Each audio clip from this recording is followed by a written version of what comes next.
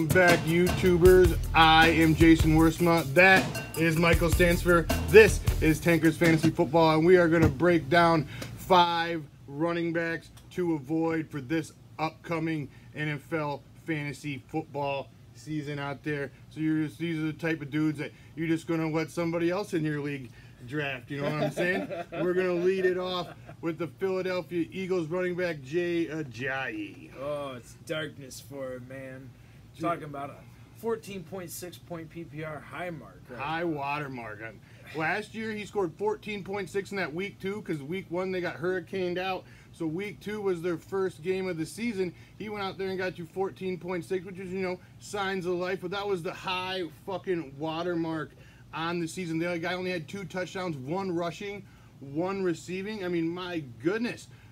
I just don't know what to think about this Eagle backfield. Corey Clement's saying that he deserves more touches, and I believe him. I mean, he kind of does. You like what you see out of Corey Clement out there, man. I mean, my God, the kid's got the juice in his legs out there. They're bringing Darren Sproles back, so this is going to be at least a 3-headed monster situation. Derek Sproles will be getting his on 3rd and longs, and I think they might be giving. I mean, Corey Clement, I think, looks sprier than Ajayi out there. I think they may be giving. It may come to that mid-season mark where you start seeing a guy like Corey Clement start out-touching Ajayi on a game-to-game basis. You know, see him coming on kind of strong, and too, as you said, man, with the 3 guys in that backfield, it's impossible to crystal ball this one. No one guy really stands out, I think, as any one particular thing, with the exception of Sproles, who I assume would be their passing down back, but we don't know that. You know, we just don't know. His average draft position's like 40 overall, so that's like a mid-third rounder in 12-team leagues. Yeah, and you're talking his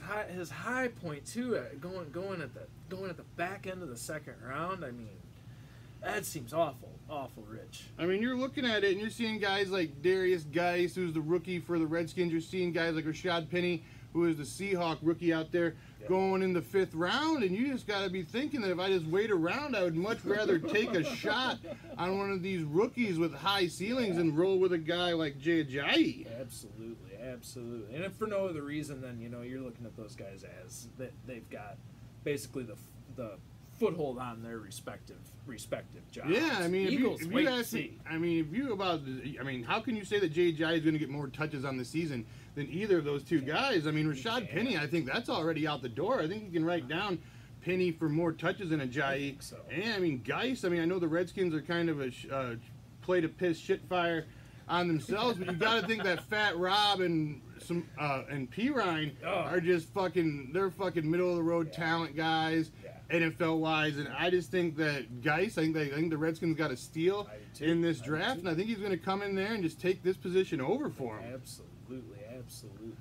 Break down another running back to avoid. We're going to go Carlos Hyde. Woo! What do you even say about Carlos Hyde out there? I mean, he kind of is the type of guy last year was depending on his pass catching ability, but now he's moving into Cleveland where Duke Johnson definitely has a chokehold on the running back pass catching department. They go out and they draft Nick Chubb, and man. I mean, if you're looking at which running back should I own, you know, it's not Duke Johnson for the Cleveland Browns in a PPR. Got to be Chubb. I think you got to wait that couple rounds and get Chubb at get a slightly cheaper price on the old Chubbster. Absolutely. I think he's going to be someone that's probably going to be, you know, a bit overlooked just for being on the Browns. And I mean, my God. I mean, I wouldn't expect really any of them necessarily. I mean, you might get back in RB2, you know, high-end flex RB3 out of Duke Johnson, but I just don't know what to expect out of Hyde and Chubb to either open the season or, you know, as the season goes along, who knows what these guys' touch split's going to be. Oh, I know. And I mean, we've kind of seen what we've seen out of Carlos Hyde. I am interested to see him in Cleveland, but I think, too, Chubb, you know, if one guy I think is going to run away with the majority of those touches, it's Chubb, but I wouldn't by any means, you know, pay the price for him. Guy who finished 2nd in Spark in the Combine behind Saquon Barkley and Nick Chubb, and I think that's the type of guy that can come in there and just steal the workload from a guy like Carlos Hyde. I do too. Another player to avoid in PPR leagues going to go Marshawn Lynch. I mean, this guy went out there. He did, you know, he did okay with. He had like the 4.3 yards per carry last year. He had the 207 carries for the 891 yards. Had the 7 touchdowns. But if you look into it, we're talking about PPR. This guy only had 20 receptions last season. It's kind of dark. The other thing too. I mean, Doug Martin. You know, Marshawn Lynch took a pay cut to essentially ensure his roster spot. Yeah. And you know, you gotta be thinking if you're even considering Lynch in your draft, which I hope you're not. But if you are, I mean, you got to think about the former artist known as Muscle Hamster. Yeah, I mean, Lynch just didn't really offer even much last year. He's getting longer in the tooth as we speak. He had 6 games with 1 reception. He had 3 games with 0 receptions. So that's 9 games. We're talking about 1 reception or fewer. He only had 3 games in PPR. In PPR, over 14 fantasy points last year, and he had 6 games under 9.2 PPR points last year. I don't see how if you're running him out there, you can even bank on him catching a single pass in PPR, let alone whatever touches he might. It's end zone or bust for a guy like Marshawn. Gotta be. I mean, if we're even looking for double-digit PPR, he's almost gonna have to find his ass in the end zone.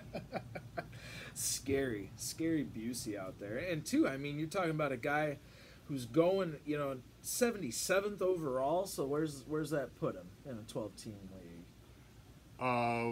Mid 6th. Yeah, mid 6th, I think. Ish. Right around mid 6th. You know, his high points been about in the back end of about the 3rd round. 6th, early 7th.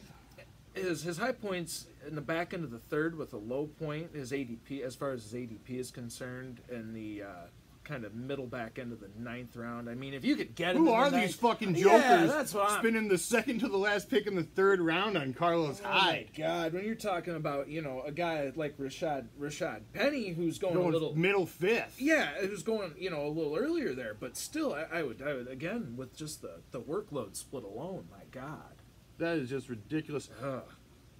Another running back to avoid for this upcoming fantasy season. We're going with a guy who has changed locations from Denver to Carolina. We're going to give it to C.J. Anderson. Because if you're looking at it, and they're saying he's just going to take over for Jonathan Stewart, but then you look at Jonathan Stewart's numbers last year, and that scares the shit out of you, boys. If you're saying Jonathan Stewart had 198 carries, he had 680 yards, he had 3 touchdowns. So, he's fucking around with right about that 3.5 yards per carry.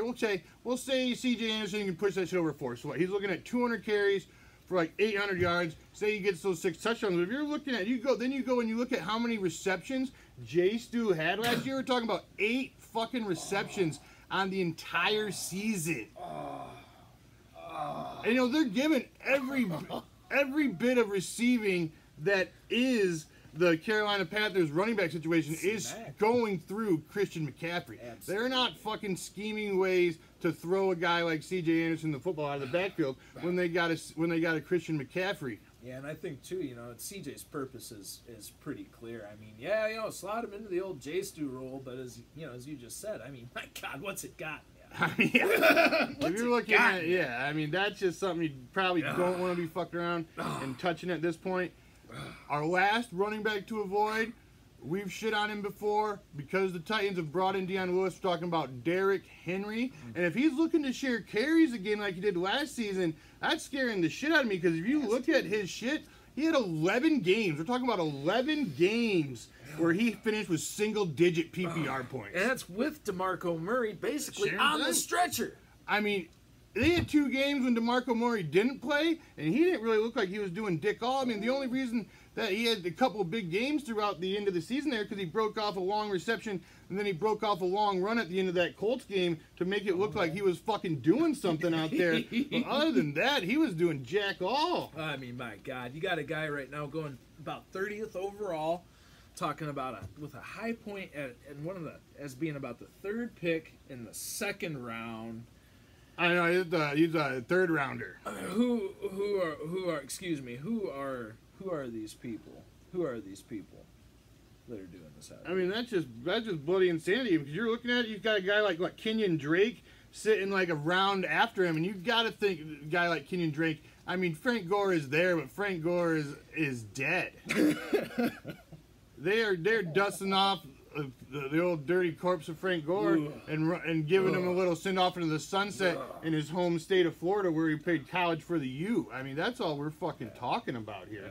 That's all Frank Gore is doing. I view it as, when those players sign these like 3-day deal so they can retire as a Bear, or retire as whoever the fuck else. That's what I see it as. But no, he's still putting on a fucking football uniform on Sundays. Oh, he's trying, baby. Which is beyond belief. I don't know the reason behind that. All right. This has been the 5 running backs to avoid. If you like the cut of our jib, give us a subscribe, give us a share, tell your friends out there, hey, if anybody you missed that you think's just a shit block, fucking dirt wagon, fucking trucker piece of shit, you fucking let us know in the comment section, and we'll have a little discussion about maybe how he should have been included on our 5 running backs to avoid list. Holla at that, man. Cheeseburger.